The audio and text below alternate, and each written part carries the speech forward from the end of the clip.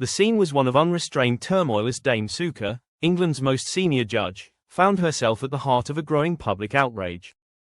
A sea of enraged citizens, furious over what they perceived as years of judicial negligence, encircled her, their voices raised in anger, demanding accountability. The unrest reached a fever pitch, and for a moment, it seemed as though the fury of the masses would engulf her completely. Struggling to maintain her composure, Dame Sucre barely managed to escape the scene as the crowd erupted, their grievances centered on what they saw as a judiciary that had long placed the rights of criminals above those of victims. For years, controversial rulings and questionable judicial decisions had fanned the flames of frustration, with citizens increasingly viewing the courts as an institution more concerned with legal technicalities than with justice itself. Now, the accumulated resentment had boiled over into the streets, forcing a long-ignored debate on judicial accountability into the spotlight. The anger did not come from nowhere. It had been building for years, fueled by rulings that seemed out of step with the public's expectations. Calls for reform grew louder, with citizens demanding systemic changes that would ensure judges were held accountable for their decisions. The idea of electing judges gained traction, with many arguing that such a system would prevent legal professionals from making rulings that defied common sense and national interest. The unchecked power of the judiciary had been a contentious issue for decades, but this latest wave of public outcry suggested that patience had run out. The legitimacy of the current system was now under serious scrutiny. A journalist who initially failed to recognize Dame Sucre in the chaos later regretted not seizing the opportunity to question her about the numerous controversies surrounding her tenure. They had unwittingly stood face to face with one of England's most powerful figures in the legal system, a figure who had been instrumental in shaping a judiciary that many now believed was failing the nation. Dame Sucre, however, remained resolute in her defense of the legal system. She insisted that judges were beyond reproach, their decisions guided solely by the principles of law and justice. Yet, rather than quelling public anger, her remarks only served to deepen the discontent. Critics pointed out the hypocrisy of a judiciary that imposed judgments upon ordinary people while remaining insulated from accountability itself. Judges, they argued, lived privileged lives, far removed from the struggles of those affected by their rulings. Their salaries were funded by the very taxpayers who now found themselves at odds with their decisions. Recent rulings had only intensified the public's frustration. One particularly controversial decision involved an immigration case that could potentially allow millions of Gazans to enter the UK, a ruling that ignited fierce national debate. Such decisions were perceived as detached from the realities of public safety and national interest. Another case that stirred widespread anger involved a 39-year-old Albanian criminal whose deportation was blocked due to his child's food sensitivities.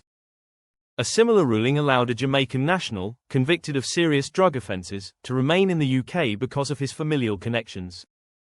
These cases, seen by many as emblematic of a justice system that prioritized the rights of criminals over those of law-abiding citizens, fueled the growing dissatisfaction with the judiciary. Judges insisted they were bound by legal frameworks, but critics countered that the law itself was not always applied with common sense.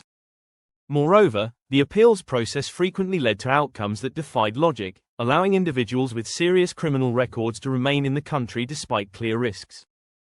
The proposed solution by many was for Britain to withdraw from the European Convention on Human Rights, ECHR, and repeal the 1998 Human Rights Act, a measure that had been debated by political leaders for years but never fully implemented due to fears of international backlash and political repercussions.